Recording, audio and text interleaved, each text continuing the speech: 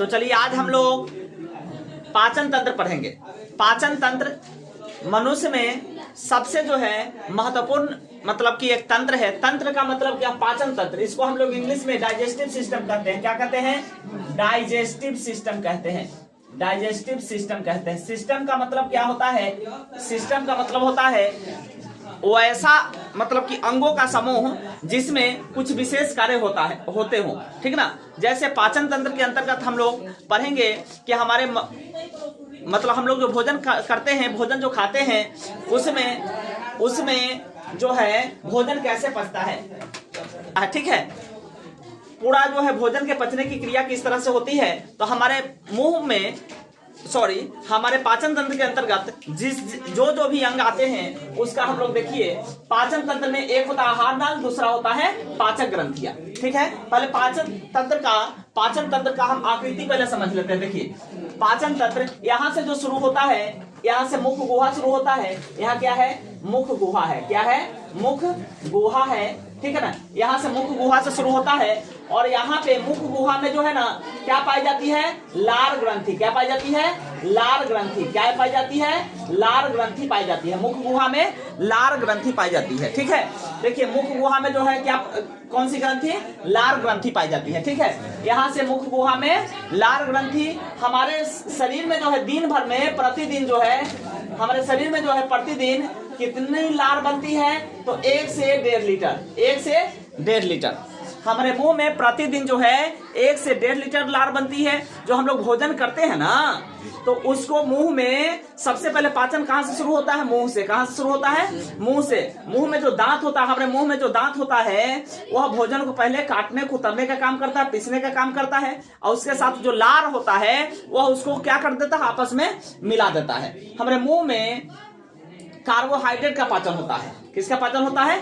Carbohydrate का पाचन होता है। मुख गुहा में आपको जो है लिख देंगे आगे, कार्बोहाइड्रेट का पाचन होता है। इसके आगे चलिए, यहाँ से जो है मुख गुहा से जैसे लार ग्रंथि में भोजन, लार में जब भोजन मिल जाता है उसके बाद सीधे इस ग्रास नली में भोजन आता है। इस भाग को हम लोग क्या कहते हैं? इस भाग को हम लोग कहते हैं ग्रास नली कहते हैं। क्या कहते हैं? ग्रास नली कहते हैं।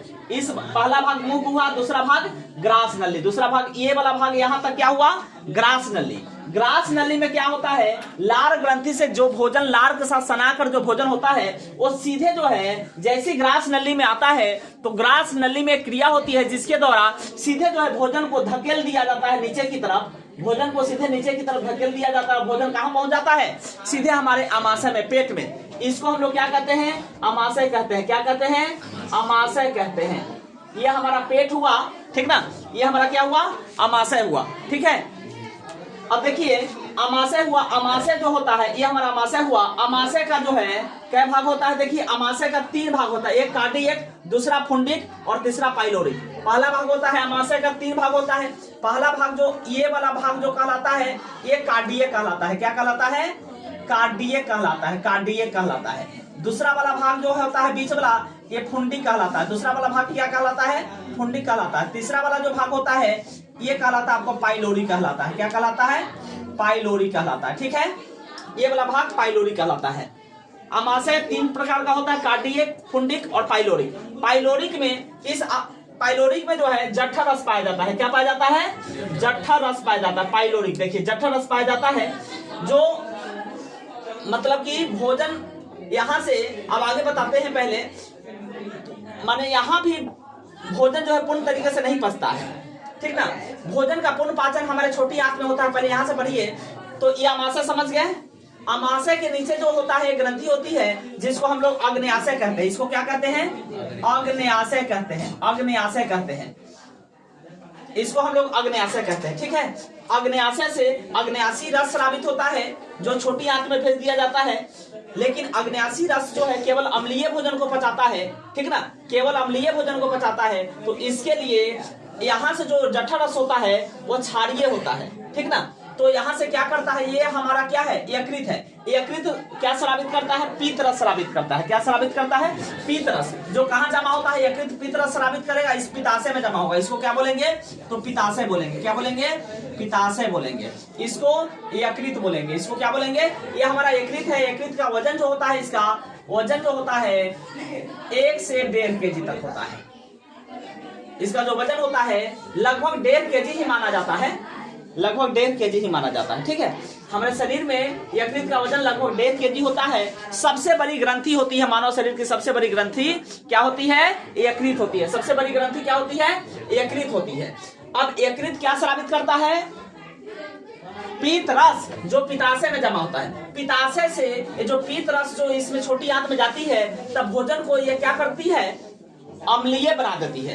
तब जो है इस अग्न्याशय से जो अग्नाशी रस जो होता है वह क्या करता है? इसमें जाता है तो भोजन को पचाने का काम करता है। ठीक ना। अब ये जो है इसके आगे हम लोग पढ़ेंगे। पिताशय समझ गए। अब देखिए अग्न्याशय हो गया। अब यहाँ से शुरू हो जाता है कौन सा? छोटी आंत। छोटी आंत भी 3 तरह का होता है। छोटी आंत भी 3 तरह का होता है, लिखे हैं कहीं पे। यहाँ पे देखिए छोटी आंत 3 तरह का होता है। छोटी आंत रस स्रावित करती है। कहाँ पे? तो देखिए पहला भाग ग्रहणी, दूसरा भाग जेजुनम, तीसरा भाग इलियम। इलियम में पूर्ण पाचन होता है। ग्रहणी कौन है? तो देखिए यहाँ से जो शुरू हो गया और यहाँ से यहाँ तक का जो भाग है वो है ग्रहणी। यहाँ से यहाँ तक का भाग ग्रहणी, यहाँ से यहाँ तक का भाग जेजुनम और यहाँ से यहाँ तक का भाग इलियम। यहाँ से यहाँ तक ग्रहणी सी आकार का होता है ये, यहाँ से यहाँ तक जेजुनम और तीसरा भाग होता है इलियम। इलियम जो है बड़ी आंत में, इसको पहले लिख लीजिए। ये कौन सा भाग है? छोटी आंत है। कौन सा भाग है? छोटी आंत है। ठीक है, ये हमारा छोटी आंत है। और सुनिए ध्यान से, ये जो छोटी आंत है, छोटी आंत है और यहाँ से शुरू हो जाता है हमारा बड़ी आंत। क्या शुरू हो जाता है? बड़ी आंत। छोटी आंत और बड़ी आंत के जोड़ पर जो नली होती है उसको हम लोग क्या कहते हैं? सिक्कम कहते हैं। क्या कहते हैं? सिक्कम कहते हैं। ठीक है, छोटी आंत और बड़ी आंत के जोड़ पर जो नली होती है इसको हम लोग क्या कहते हैं? सिक्कम कहते हैं। और इस सिक्कम के माने छोटी आंत के जो नीचे जो ये रचना है, इस रचना का यह भी एक अंग है जिसका हमारे शरीर में कोई विशेष काम नहीं है। ठीक ना। लेकिन तो इसीलिए इसको क्या कहा जाता है? अवशेषी अंग कहा जाता है। देखिए इसको अपेंडिक्स कहते हैं। क्या कहते हैं? हम लोग इसको अपेंडिक्स कहते हैं, अपेंडिक्स कहते हैं। जब यह जो है अधिक मात्रा में मतलब कि बढ़ जाता है तो इसी को हमारे पेट के यहाँ बाएं साइड में यहाँ पे जो है दर्द होने लगता है, तब इसको ऑपरेशन करके इसको काट के हटा दिया जाता है। यहीं से काट के हटा दिया जाता है, उसके बाद सारा जो है समस्या का समाधान हो जाता है। ठीक है, तो ये अपेंडिक्स है। देखिए यहाँ पे अपेंडिक्स है, यह क्या है? अवशेषी अंग है। चलिए तो हम लोग जो है अग्न्याशय समझ गए, यकृत समझ गए, उसके बाद पित्ताशय समझ गए, उसके बाद जो है छोटी आंत समझ गए, ये वाला छोटी आंत है हुआ। इसके बाद बड़ी आंत। तो ये पूरा सुनिए, यह पूरा रचना जो है क्या है? बड़ी आंत है। ये पूरा क्या है? बड़ी आंत है। ये पूरा बड़ी आंत है। बड़ी आंत का जो है, सुनो ध्यान से, बड़ी आंत का यहाँ से लेकर के यहाँ तक का जो भाग होता है वो क्या कहलाता है? कोलन कहलाता है। क्या कहलाता है? कोलन कहलाता है। बड़ी आंत का यहाँ से लेकर के यहाँ तक का जो भाग कहलाता है कोलन कहलाता है। यहाँ से यहाँ तक का भाग ऊपरीगामी कोलन। ठीक है, यह वाला जो है इसको जो है असेंडिंग कोलन कहते हैं। इसको ट्रांसवर्स कोलन यहाँ तक, और यहाँ से यहाँ तक जो है आपको डिसेंडिंग कोलन। कौन सा कोलन? Descending colon. और इसको हम लोग क्या कहते हैं? इसको हम लोग कहते हैं आपको रेक्टम। क्या कहते हैं? रेक्टम। इसको हिंदी में मलाशय कहते हैं। क्या कहते हैं? मलाशय। इसको हम लोग मलाशय कहते हैं। क्या कहते हैं? मलाशय। इसको हम लोग मलाशय कहते हैं। और ये क्या है? हमारा एनस है। हमारा क्या है? एनस है। इसको हम लोग गुद्दा कहते हैं। क्या कहते हैं? गुद्दा कहते हैं। ये हमारा गुद्दा है जिसको मल द्वार कहते हैं। ठीक है, तो ये हमारी छोटी आंत है। क्लियर?